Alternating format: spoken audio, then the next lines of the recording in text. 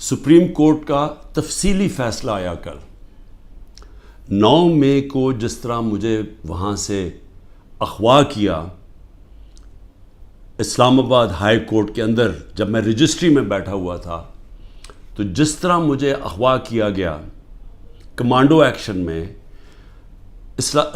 Supreme court کا تفصیلی فیصلہ آیا اور اس میں 2 چیزیں واضح ہو گئیں کہ ایک کہ یہ غیر قانونی تھا اور غیر آئینی تھا.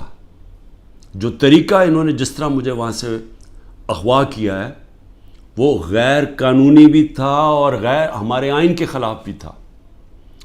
اور یہ بھی اس میں آیا سپریم کورٹ کے فیصلے میں کہ جب میں چیف جسٹس صاحب کے سامنے پیش ہوا تو پہلی دفعہ مجھے پتہ چلا کہ کیا ہوا ملک کے اندر. توڑ پھوڑ ہوئی، آگ لگی، کتنے بڑے احتجاج ہوئے. مجھے تو کوئی اندازہ ہی نہیں تھا کیونکہ مجھے تو انہوں نے نظر بند کیا ہوا تھا. تو یہ بھی چیز واضح ہو گئی کیونکہ میرے اوپر کیسز پہ کیسز کیے جا رہے ہیں. پتہ نہیں کتنے 30-40 کیس کر چکے ہیں اب تک کہ یہ میری ایما پہ سب کچھ ہوا ہے. یہ جو توڑ پھوڑ ہوئی ہے، یہ جو جلایا گیا اور جو احتجاج ہوئے.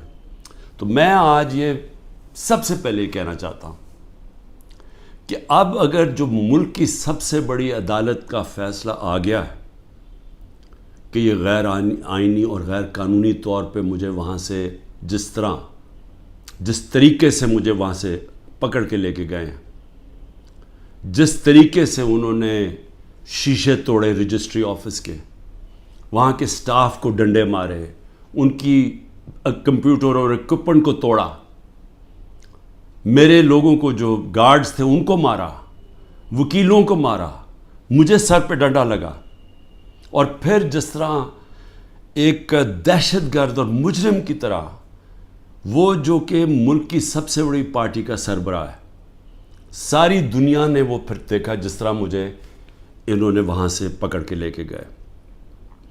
اور پھر دنیا میں خبر کیا گئی کہ جی کرپشن کے اوپر عمران خان کو پکڑا.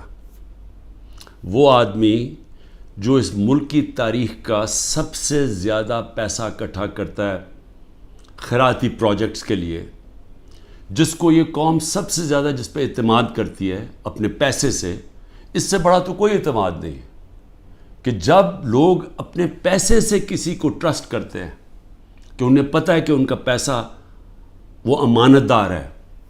جس کو سپریم کورٹ نے پہلے صادق اور امین بھی کہا ہے، جس نے سارے پاکستان کے ایوارڈز جیتے ہوئے ہیں، جو 50 سال سے ساری دنیا کے اندر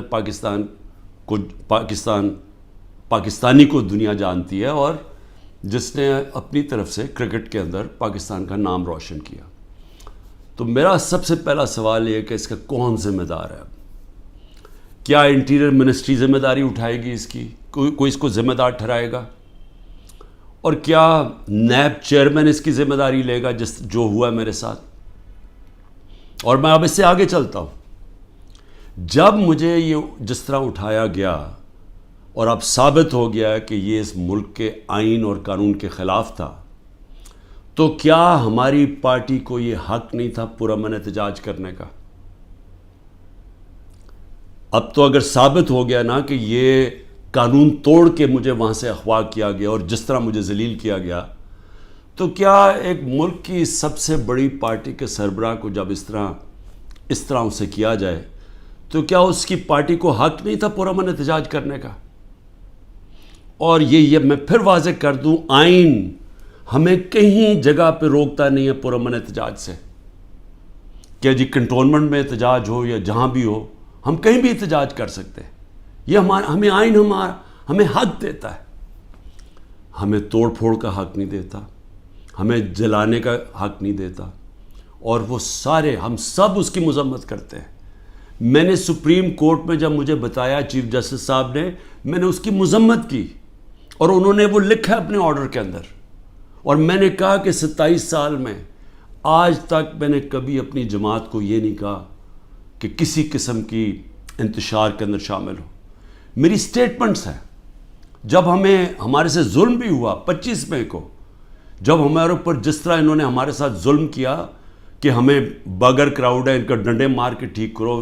عورتوں کے اوپر, بچوں کے اوپر جو ہمارے نکلے ہوئے تھے پرامن احتجاج کے لیے, ان کے اوپر جو انہوں نے تشدد کیا, میں نے اگلے دن اسی دن رات کو ہوا, صبح کو میں نے اپنا دھرنا کینسل کر دیا. اور میری اس تقریر سن لیں, میں نے ادھر کہا کہ میں انتشار نہیں چاہتا. 26 نومبر کو 4 لاکھ لوگ جمع ہوئے پنڈی کے اندر, اور وہ سارے تھا کہ ہم نے پرامن ایک مارچ کرنی ہے وہاں سے اسلام آباد. وہاں جنہوں نے 30,000 پولیس جمع کر لی. تو مجھے پھر پتا تھا کہ انہوں نے ہمارے ساتھ وہی جو 25 مئی میں انہوں نے اس باری پھر وہی کرنا ہے. اور مجھے خوف تھا کہ اتنی زیادہ پبلک ہے اور وہاں خون خرابہ ہوگا. میں نے کینسل کر دیا. میں نے اسلام آباد کی مارچ 26 نومبر کو کینسل کی. اور اس کے بعد یہاں 8 مارچ کو جب ہم پرامن ہماری الیکشن کی ریلی نکلنے شروع ہوئی, انہوں نے اس کے اوپر جب حملہ کیا, پھر وہ میں نے ریلی کینسل کی. میری تقریر ہے. تو میں نے تو ہمیشہ پرامن احتجاج کی بات کی ہے 27 سالوں سے. تو وہ سامنے آ گیا.